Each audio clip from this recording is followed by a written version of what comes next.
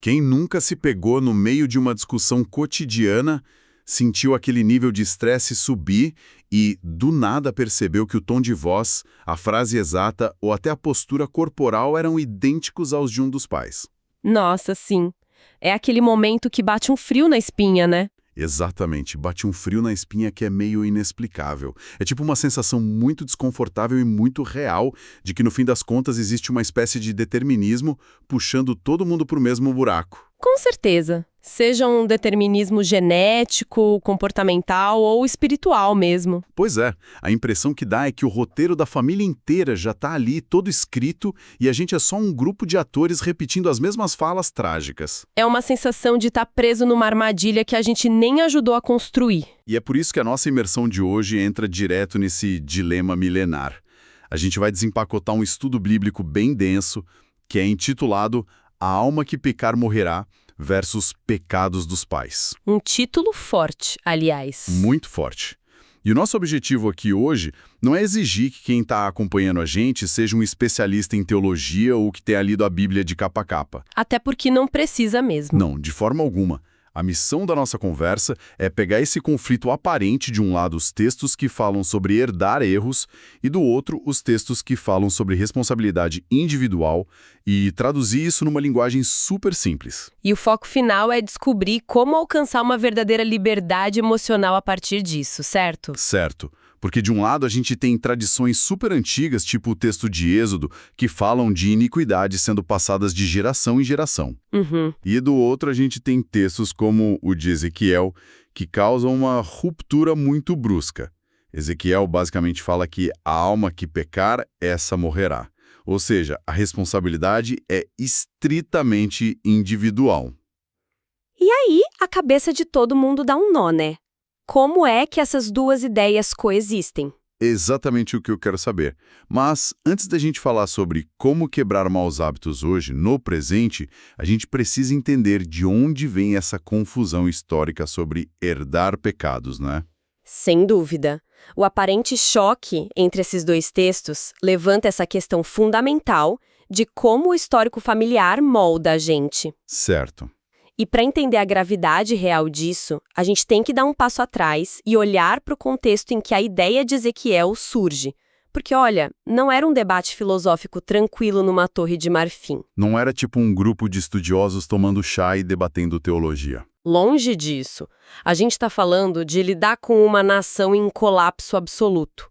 O povo de Israel estava no exílio babilônico. Uma situação de crise total, então. Total. Eles tinham perdido tudo. As terras, o templo, a identidade nacional e, claro, a liberdade. Cara, perder identidade deve ser a pior parte. E era. Tanto que havia até um provérbio popular rolando na época. As pessoas diziam assim: os pais comeram uvas verdes e os dentes dos filhos é que se embotaram. Peraí, deixa eu processar isso. Os pais comeram uvas verdes e os dentes dos filhos se embotaram. É a cristalização do desespero, né? Exatamente. E tipo, dizer que as pessoas daquela época viam o pecado como, sei lá, herdar uma dívida gigantesca no cartão de crédito dos pais. Tipo, a pessoa já nasce com o nome sujo no Serasa Divino sem ter comprado nada. É a analogia perfeita.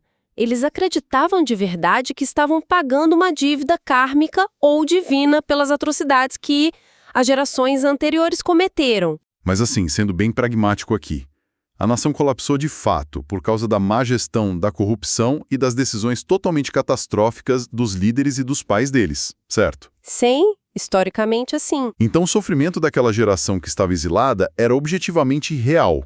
O Império Babilônico estava lá oprimindo todo mundo de verdade. Não era coisa da cabeça deles. De jeito nenhum. A dor é factual. Então quando Ezequiel chega e tenta corrigir essa visão, dizendo que cada um é responsável pelo seu próprio caminho, ele não está exigindo o impossível. Como assim? Tipo, não é pedir que pessoas que foram esmagadas pela história simplesmente ignorem a realidade dura ao redor e escolham um caminho novo num passe de mágica. É um questionamento super válido. Mas a intervenção de Ezequiel não nega a realidade do exílio babilônico. A genialidade do texto é que ele ataca o mecanismo de defesa psicológico que o povo construiu ao redor dessa dor. Ah, entendi. O problema não era a dor, Era o que eles faziam com ela? Exato. Eles estavam usando as ações dos antepassados e até aquele texto antigo de Êxodo que você citou como um escudo gigantesco contra a responsabilidade no presente. Uma narrativa coletiva de vitimismo crônico, então. Perfeito. Ao assumirem que estavam amaldiçoados pelas escolhas dos avós, eles se isentavam de qualquer agência moral ali no dia a dia. Tipo, já que meus avós estragaram tudo, não tem nada que eu possa fazer, então vou só sentar e reclamar. É bem por aí. O que Ezequiel faz, na verdade, é um resgate do locus de controle interno. Locus de controle. Explica isso um pouco melhor pra gente. É a percepção de que você tem o poder de influenciar os eventos da sua própria vida. Ezequiel avisa que o passado explica, sim, onde eles estão, mas não dita para onde eles vão. Sensacional.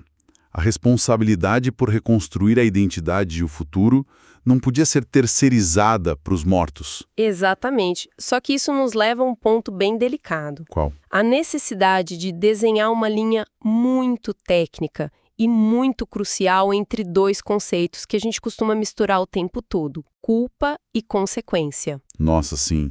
Porque se Deus afirma, através de Ezequiel, que o indivíduo pode escolher um novo caminho e não herda essa culpa, o que a gente faz com a observação óbvia de Êxodo? A observação de que os erros dos pais afetam sim as gerações. Isso, porque é inegável que afetam. A resposta para não bugar a cabeça para estar justamente em separar o que é o julgamento divino dos puros efeitos colaterais naturais. A separação entre a culpa moral e o impacto ambiental é a chave de leitura para tudo isso. A culpa, no sentido de responsabilidade moral última perante Deus, pertence unicamente a quem cometeu a ação. Certo, o indivíduo responde por si e ponto. É intransferível. Já a consequência é o impacto que essa ação gera no ecossistema ao redor da pessoa. Afinal, as decisões humanas não acontecem num vácuo, né? Nunca. Elas geram ondas de choque. O que textos antigos muitas vezes descrevem em Êxodo não é uma entidade divina ativamente transferindo um castigo de pai para filho. Não é uma punição mágica. Mas sim a descrição crua do efeito em cascata de comportamentos destrutivos. Exatamente.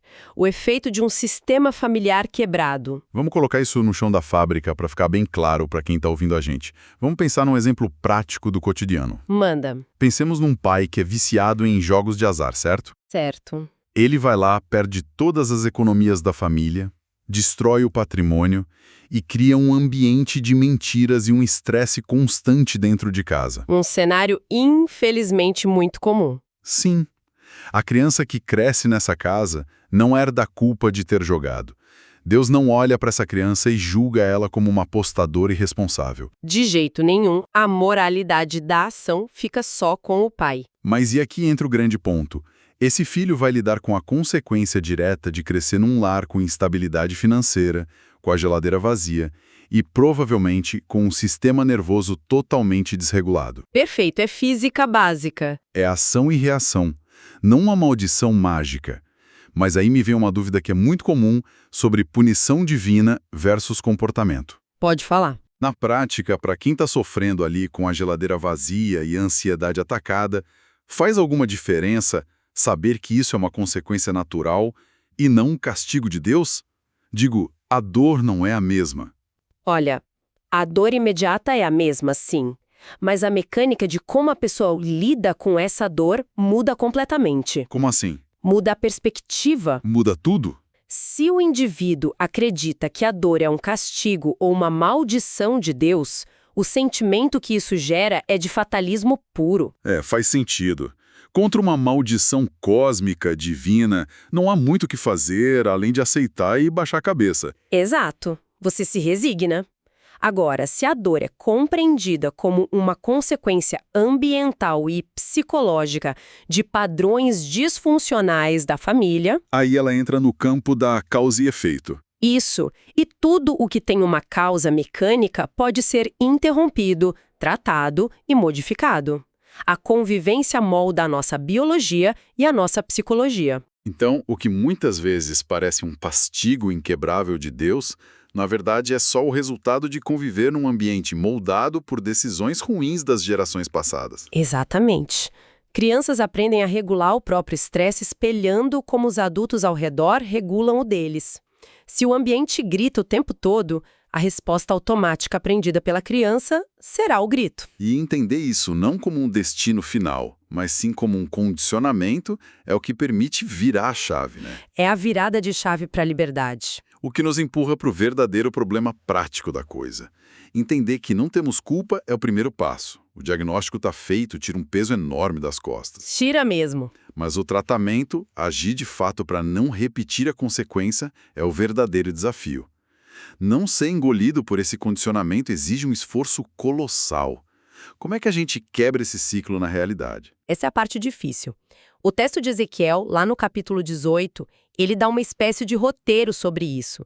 Ele ilustra a quebra de ciclo com a imagem de um filho que vê os erros do pai e decide, de forma muito consciente, não seguir o mesmo caminho. Só que isso levanta a questão do custo cognitivo, né? Porque remar contra a correnteza de uma vida inteira de influência não se resolve só com uma decisão mental super fácil numa tarde de terça-feira. De forma alguma. O custo cognitivo é brutal. O texto descreve um processo que está muito longe de ser algo superficial. Explica um pouco mais sobre esse verbo de ver e não seguir. Então, o verbo que frequentemente é associado a essa atitude do filho, lá nos textos originais, ele implica uma reflexão ativa. Ele não apenas vê o que o pai faz, passivamente. Ele analisa o negócio. Ele considera. Ele examina criticamente e avalia o impacto destrutivo daquela ação. É a introdução do pensamento crítico dentro de um sistema familiar. O que é extremamente cansativo, porque o cérebro humano é meio preguiçoso por natureza, né? Ele é desenhado para poupar energia. Totalmente. O cérebro quer seguir o caminho de menor resistência, que é a simples repetição do que nos é familiar, mesmo que esse familiar seja absurdamente tóxico. Então, quebrar esse padrão exige o que o pessoal da psicologia chama de função executiva. Exatamente. Exige pausar aquele impulso automático que a gente herdou, analisar a situação no presente e forçar uma resposta inteiramente nova, que geralmente é super desconfortável. Mas olha só, o que é mais libertador aqui, ao pensar nessa pausa, antes de reagir no piloto automático, é que tira todo aquele peso do determinismo que a gente falou no começo. Tira por completo. Jogada. A pessoa não é uma refém genética ou espiritual dos pais. É um manifesto de libertação pessoal. E essa mudança de comportamento pavimenta a verdadeira liberdade emocional. Isso me lembra que existem textos no Novo Testamento, como aquele na segunda carta aos Coríntios, que ampliam bastante essa ideia. Eles falam sobre ser uma nova criação, ter uma vida nova em Cristo. Sim, o texto diz que as coisas velhas já passaram. Isso aponta para uma mudança radical de identidade. Ou seja, a pessoa deixa de ser vista e de operar sob aquele rótulo limitante de tipo, é o filho de fulano que tem o mesmo gênio ruim do pai. Ela assume um papel autoral na própria história. E essa reformulação de identidade é imprescindível, porque a força de inércia do passado familiar é esmagadora. É sem uma âncora muito forte numa nova narrativa sobre quem a pessoa é, a tendência natural é ser sugado de volta para o padrão antigo na primeira crise de estresse. Com certeza. E tem um detalhe doloroso aí. Romper com o padrão não é só abandonar um hábito ruim. Muitas vezes significa alienar-se da própria tribo. Nossa, isso é verdade. Rejeitar a forma como a família lida com conflitos pode soar para os parentes como uma rejeição a eles próprios. Eles levam para o lado pessoal.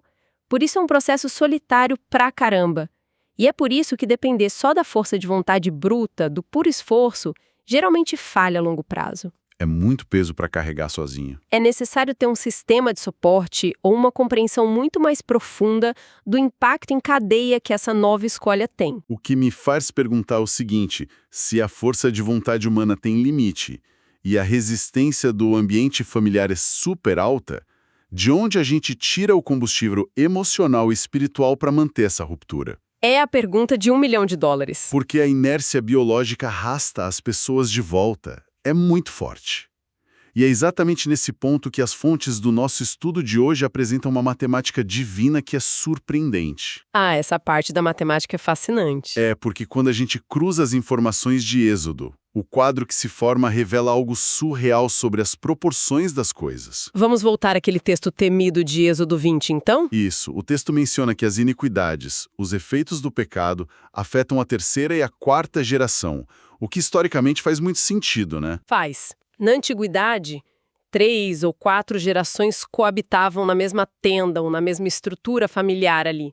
O patriarca impactava diretamente os bisnetos que conviviam com ele todos os dias. Só que, logo em seguida, no verso seguinte, o texto apresenta um contraponto absurdo. Ele diz que a misericórdia e a bondade de Deus alcançam 1000 gerações. A assimetria dessa proporção 1000 contra 3 ou 4 é o ponto de virada aqui, tanto teológico quanto prático. Aqui é onde a coisa fica realmente interessante para mim. A proporção é bizarra. É como se os textos nos dissessem que o peso dos nossos erros tem um limite bem claro. Um limite muito bem definido. Mas o impacto da bondade e da misericórdia divina é infinito. 1000 contra 4 é quase incomparável. E tem um detalhe linguístico aí: 1000 gerações, na linguagem do Antigo Oriente Próximo, não era uma data num calendário ou um número exato para contar nos dedos. Era uma figura de linguagem para representar o infinito. Algo inesgotável. Ah, legal. Então o que está sendo comunicado é um princípio fundamental sobre a estrutura da nossa realidade. Exato.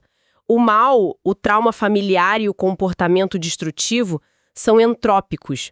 Eles desgastam o sistema e, eventualmente, causam o próprio colapso daquela família. Entendi.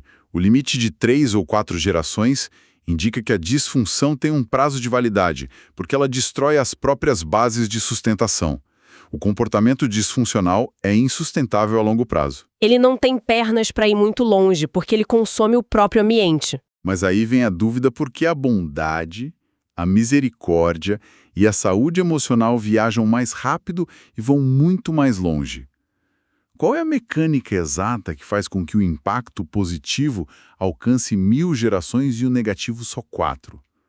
Não é só um otimismo cego de quem escreveu o texto. Não, de jeito nenhum. Não é otimismo cego. É a mecânica da construção de sistemas. Como assim? Enquanto o trauma e a disfunção isolam os indivíduos e quebram as relações, a saúde emocional, a misericórdia e aquele comportamento reparador, eles constroem, eles unem. Faz sentido. O trauma divide, a misericórdia soma. Um trauma não resolvido geralmente morre com a geração que não consegue mais reproduzir ou manter a unidade familiar. A família meio que se desfaz. Em contrapartida, quando alguém da família desenvolve habilidades de regulação emocional, quando essa pessoa introduz empatia e estabilidade num lar, ela cria fundações sólidas. É a bondade de Deus funcionando como ferramenta principal para superar os erros passados. Exatamente. Uma família estável gera indivíduos aptos a cooperar, a formar redes de apoio e repassar essas ferramentas de resiliência. A bondade funciona literalmente como juros compostos na estrutura social. Cara, juros compostos da bondade, adorei isso. Ela se multiplica através de culturas familiares saudáveis e laços duradouros que sustentam as pessoas indefinidamente. E é por isso que não há contradição entre Ezequiel e Êxodo. Eles formam uma imagem completa, né? A responsabilidade moral é individual, as consequências são sistêmicas e criam ambientes adversos, mas a graça e a misericórdia são avassaladoras e reparadoras. Perfeito. A capacidade de cura da misericórdia é desproporcionalmente maior do que a força de tração de qualquer trauma herdado. Isso é toda a forma como a gente pode olhar para a nossa responsabilidade pessoal. Não se trata só de tentar sobreviver aos danos que os nossos pais causaram. É sobre engajar num processo que é ativamente reparador para o futuro. E essa síntese deixa a gente diante de uma implicação gigantesca. Qual? Se a matemática do impacto humano e divino garante que padrões saudáveis tenham alcance potencial de 1000 gerações, o peso das nossas decisões muda completamente de figura. Nossa, sim. Recapitulando a nossa jornada aqui, a gente viu que a culpa do passado não nos pertence. Nossa alma é totalmente livre das escolhas dos nossos pais. Graças a Deus por isso. Mas, ao mesmo tempo, precisamos ter a sabedoria de lidar com as consequências que o passado deixou no nosso ambiente. O mais importante de tudo é saber que existe total liberdade emocional para quebrar os ciclos negativos e começar algo inteiramente novo. E pensar nisso renova totalmente as nossas esperanças. Sem dúvida. Mas para fechar o nosso papo, eu sei que você sempre gosta de deixar uma semente plantada na mente de quem escuta a gente. O que você separou para hoje? Eu quero deixar uma reflexão justamente sobre essa força da misericórdia divina que a gente acabou de discutir. Manda bala. Pensa comigo se o texto diz que a misericórdia e a bondade de Deus podem se estender por infinitas mil gerações. Pensa na sua escolha de hoje, agora, de quebrar um ciclo ruim na sua casa. Aquele esforço solitário que a gente falou. Esse mesmo.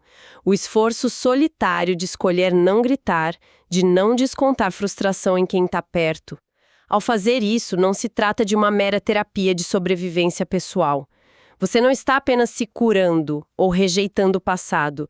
Você pode estar iniciando agora mesmo uma nova onda de consequências positivas. Uma nova árvore genealógica. Isso. Uma onda que vai estruturar a vida e abençoar pessoas da sua família que você nem viverá para conhecer. Então a pergunta que fica é: qual é a nova história que começa com a sua decisão hoje? É uma perspectiva que inverte completamente o espelho. Em vez de ficarmos paralisados pelo medo de sermos só um eco das piores partes do nosso passado familiar, a gente tem a possibilidade real de ser a primeira voz firme de um futuro inteiramente novo. É uma mensagem muito poderosa. Muito poderosa. Bom, a gente fica por aqui. Espero que essa imersão tenha sido tão reveladora para quem acompanhou quanto foi para nós. Continuem buscando o conhecimento, não tenham medo de questionar o que parece imutável na história da família e a gente se encontra na próxima. Um abraço.